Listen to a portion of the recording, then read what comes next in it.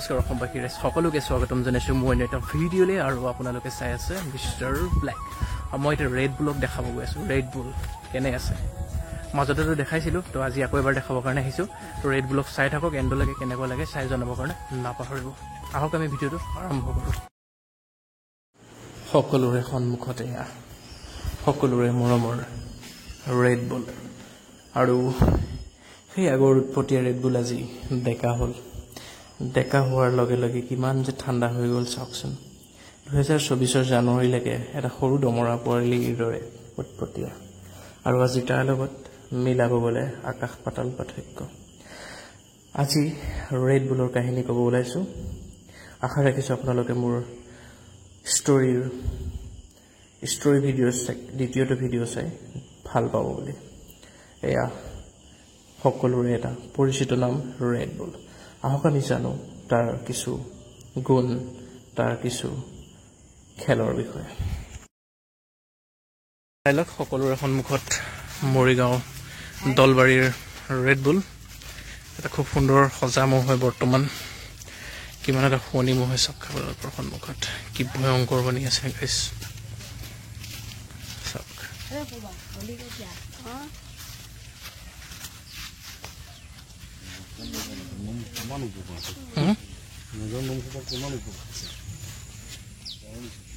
কি পথাৰখনলৈ চাইছে তেতিয়া তেতিয়া কি হ'ব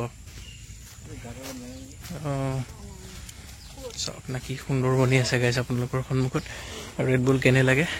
কিমান এটা সুন্দৰ ম'হ গাছ দেখা পাইছে আৰু চেহেৰা যোৱাবাৰতকৈ যথেষ্টখিনি উন্নত হ'ল এবাৰ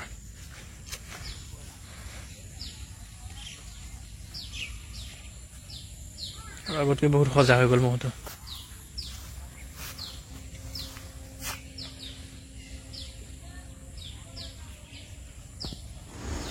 এতিয়া আৰম্ভ কৰিম ৰেড বুলৰ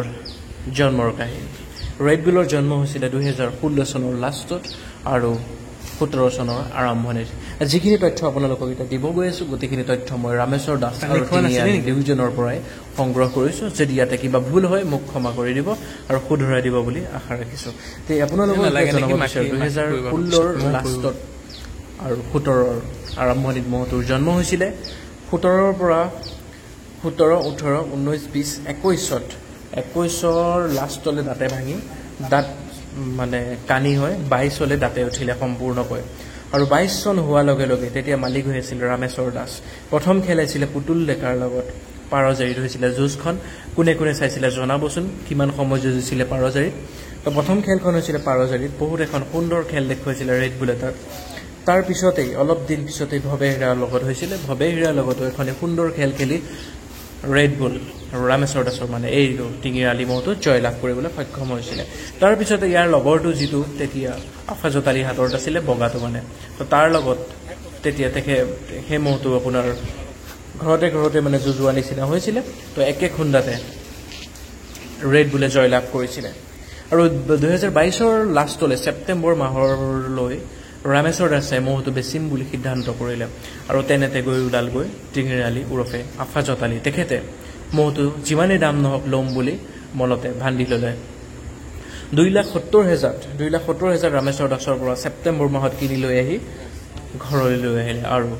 ঘৰত সুযতনেৰে বৰ্তমানলৈকে ৰখাই থ'লে আফাজত আলীয়ে টিঙিৰালি মহটো বৰ্তমান জানে আপোনালোকে ৰেড বুল নামেৰে জনা যায় আৰু ৰেড বুল নামটো এটা সময়ত প্ৰথম আৰম্ভণিত যেতিয়া তাৰ খেল দেখিছিলোঁ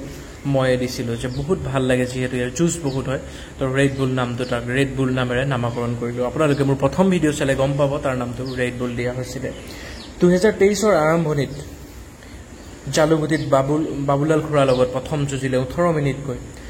মিনিটকৈ যুঁজি হাৰিছে কিন্তু এখন সুন্দৰ খেল দেখুৱাইছিল বাবুলাল নাথৰ লগত তাৰ পাছত কলমুবাৰীত ৰহম শ্বাহ খুৰাৰ লগত হ'ল সেই বছৰ সি সেইখন খেলতো সি 10 মিনিট খেল খেলি হাৰিলে ৰহম শ্বাহ খুৰাৰ লগত তাৰপিছত ডেকাগাঁৱত জালাল খুৰাৰ কোলা মহটোৰ লগতে এখন সুন্দৰ খেল হ'ল আৰু সেইখন খেলত সি জিকিলে ভাল খেল খেলি 2023ত এখন জয়লাভ 2খন পৰাজয় কৰিছিলে সেই বছৰটো সুকলমে গ'ল পাৰ হৈ 2024 পালেহি 24 পোৱাৰ লগে লগে প্ৰথম খেল আহতগুৰি সেই বছৰ মানে 2024ত একদম মানে হেতাৰ পৰা চলি আছিল আৰু চেম্পিয়ন আৰু ৰেড বুলৰ খেল হ'ব লাগে চেম্পিয়নৰ মালিক তেতিয়া পখলিদা আৰু ৰেড বুলৰ মালিক হৈছে টিঙিৰা আলি তো সেই খেলখন চাবৰ কাৰণে গোটেই চহৰ হেতাৰ পৰা নগাঁও মৰিগাঁও তথা অসমৰ সমূহ